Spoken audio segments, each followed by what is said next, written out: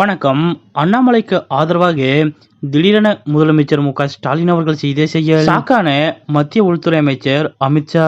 அப்படி முதலமைச்சர் மு.க.ஸ்டாலின் அவர்கள் என்ன செய்தார் என்பது பற்றிய முழு விவரத்தோட இப்ப நம்ம பார்க்கலாம். தமிழக பாஜக தலைவர் அண்ணாமலை அவர்கள் விரைவில் மாற்றப்பட இருக்கிறார் என்றும் அவருக்கு பதிலாக புதிய தலைவர் யார் என்றும் ஊடகங்களில் விவாதங்கள் தொடர்ந்து கொண்டிருக்கின்றன. அதாவது கடந்த மார்ச் 25ஆம் தேதி அதிமுக பொதுச் செயலாளர் எடப்பாடி பழனிசாமி அவர்கள் டெல்லி சென்று மத்திய உள்துறை அமைச்சர் அமித்ஷா அவர்களை சந்தித்தார். இந்த சந்திப்பை தொடர்ந்து மார்ச் 28ஆம் தேதி பாஜக தமிழக மாநில தலைவர் அண்ணாமலை அவர்களை அழைத்து சந்தித்த அமித்ஷா அவர்கள் அதன் பிறகு டைம்ஸ் நவ் சம்மிட் நிகழ்ச்சியில் அதிமுக பாஜக கூட்டணி பேச்சுவார்த்தை நடந்து கொண்டிருக்கிறது என்றும் உரிய நேரத்தில் அறிவிப்பு வெளியிடும் என்றும் கூறினார். அதன்படி கிட்டத்தட்ட அதிமுக பாஜக கூட்டணி உறுதியாகிவிட்டதாகவே கூறப்படுகிறது. இந்த நிலையில் அண்ணாமலையை மாற்றக்கூடாது, அண்ணாமலை தான் தமிழக பாஜகவின் செல்வாக்குமிக்க தலைவராக இருக்கிறார் என்றும் அவர் 3 மாதம் லண்டன் சென்றபோது ஊடகங்களில் தமிழக பாஜக பற்றி எந்த பேச்சு இல்லை என்றும், ஆனால் அவர் வந்த பிறகுதான் மீண்டும் பாஜகவை பற்றிய விவாதங்கள் நடந்து வருகின்றன என்றும், எனவே அண்ணாமலை தான் பாஜக தலைவராக இருக்க வேண்டும் என்றெல்லாம் வெளிநாடுகளிலிருந்து பல்வேறு சமூக வலைதள அக்கௌண்ட்களிலிருந்து கருத்துக்கள் பகிரப்படுகின்றன.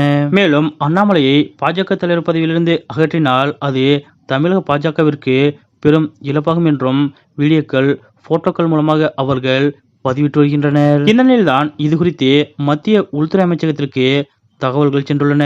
அப்போது வெளிநாடுகளிலிருந்து இத்தகைய பதிவுகளிடுவோர் வழக்கமான அண்ணாமலை ஆர்மியைச் சேர்ந்தவர்களோ அல்லது அண்ணாமலையின் ஆதரவாளர்களோ இல்லை என்ற அதிர்ச்சி தகவல் டெல்லி பாஜக வட்டாரத்திற்கு கிடைத்துள்ளது. அப்படியென்றால் அண்ணாமலைக்கு ஆதரவாக பதிவிடுபவர்கள் யார் என்ற கேள்வி எழுகிறது.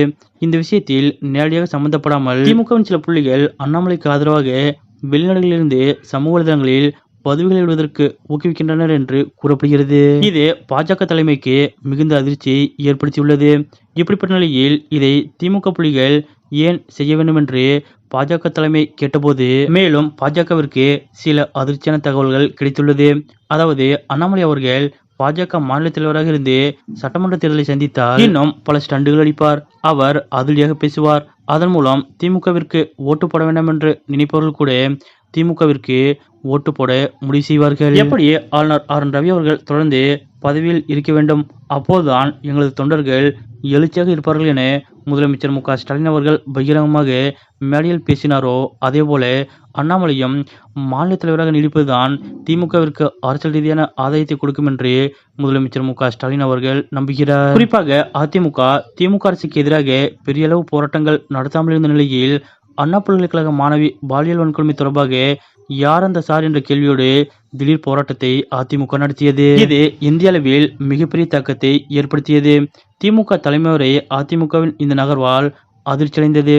இந்த நிலையில்தான் ஆபத் பந்தவனாய் வந்த அண்ணாமலை அவர்கள் தன்னைத்தானே சாட்டையால் அடித்துக்கொண்டு யார் அந்த சார் சர்ச்சையை தன்னை மையமாக வைத்து மடைமாற்றினார்.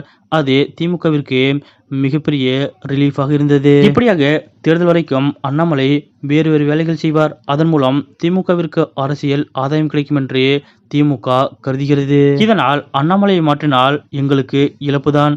அதனால்தான் இப்படி ஒரு மூவ் வெளிநாடுகளிலிருந்து நடப்பதாக திமுக வட்டாரங்கள் தெரிவிக்கின்றன.